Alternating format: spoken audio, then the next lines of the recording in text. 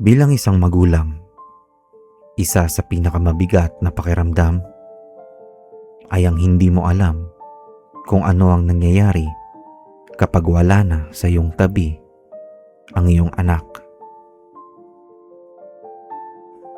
Habang siya ay nasa paaralan, nasa trabaho, o kasama ang kanyang mga kaibigan, maraming tanong ang pumapasok sa isip. Ligtas kaya siya? Mabubuting tao kaya ang kasama niya? May nag-uudyok kaya sa kanya na gumawa ng mali? At sa bawat paglipas ng araw, ang panalangin ng isang magulang ay hindi kailanman nawawala.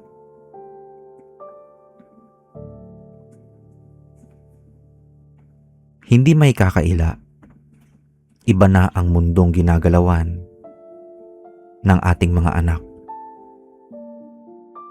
Mas marami silang nakikita, mas marami silang naririnig, mas marami silang impluwensyang maaaring makabuti o makasama. May mga barkadang nagtutulak sa bisyo.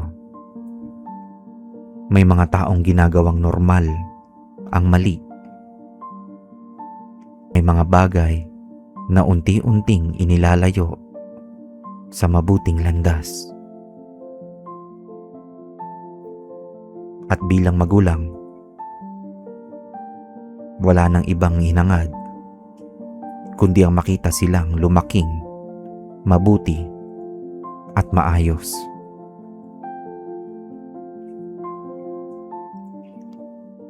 Darating ang panahon na hindi na sila kayang samahan sa bawat lakad.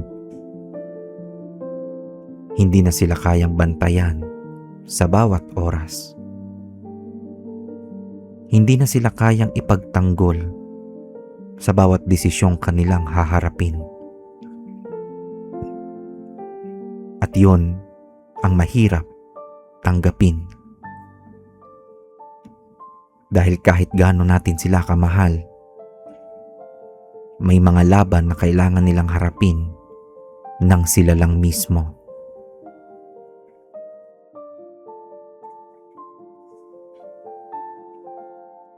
Habang ginagawa ko ang video na to, naisip ko ang lahat ng magulang na tahimik na nagdarasal gabi-gabi kasama na ang aking magulang.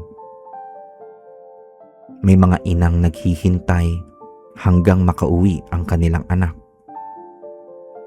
May mga amang hindi agad nakakatulog hanggat hindi nila naririnig ang pagbukas ng pinto. May mga lolo at lola na patuloy na ipinagdarasal ang kanilang mga apo. At kung isa ka sa kanila, nais kong sabihin to. Maaaring hindi mo mabantayan ang iyong anak sa bawat segundo. Pero may Diyos na nakakakita ng bawat hakbang niya. May Diyos na maaaring gumabay sa kanya kahit wala ka sa kanyang tabi.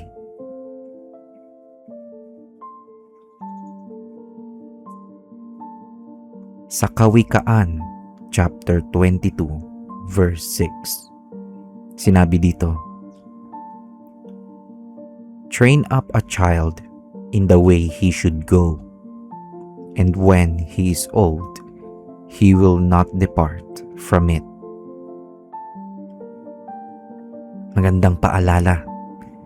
Ang mga aral na itinatanim natin sa ating mga anak ngayon ay maaaring maging gabay nila habang sila ay lumalaki. Hindi man natin kontrolado ang lahat ng kanilang magiging desisyon. Maaari tayong maging mabuting halimbawa at patuloy silang samahan sa pagmamahal at panalangin.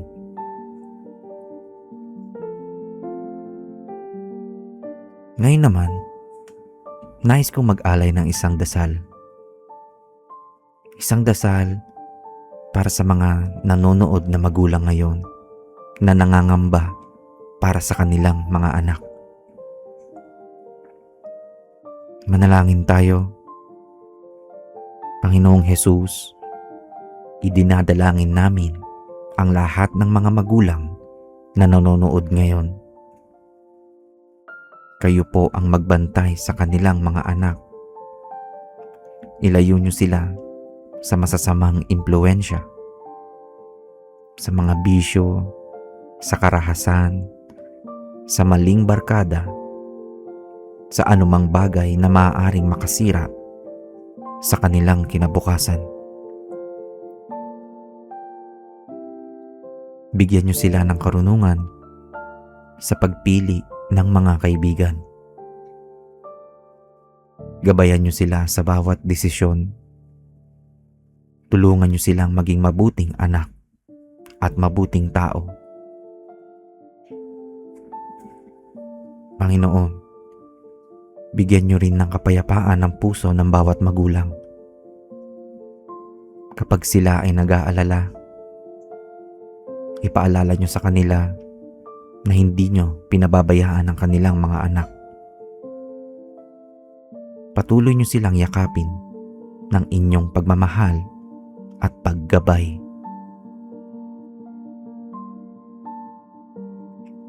Maraming salamat po. Sa pangalan ni Jesus. Amen.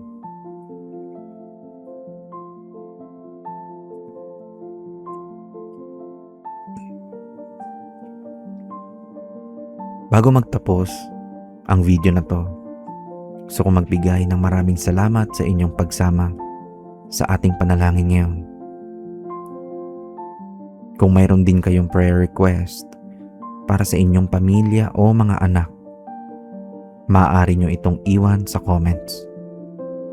Binabasa namin ang inyong mga mensahe at nagsisikap kaming maisama ang ilan sa ating mga susunod na panalangin. Kung nakatulong sa iyo ang video na to, huwag kalimutang i-like, i-share at mag-subscribe upang mas marami pa tayong maabot na nangangailangan ng pag-asa at panalangin. Tulungan niyo rin sana akong maabot ang 50 subscribers ngayong July. Maraming salamat sa inyong suporta. Hanggang sa muli at pagpalain nawa tayong lahat ng Panginoon. Salamat sa Diyos. Maraming salamat.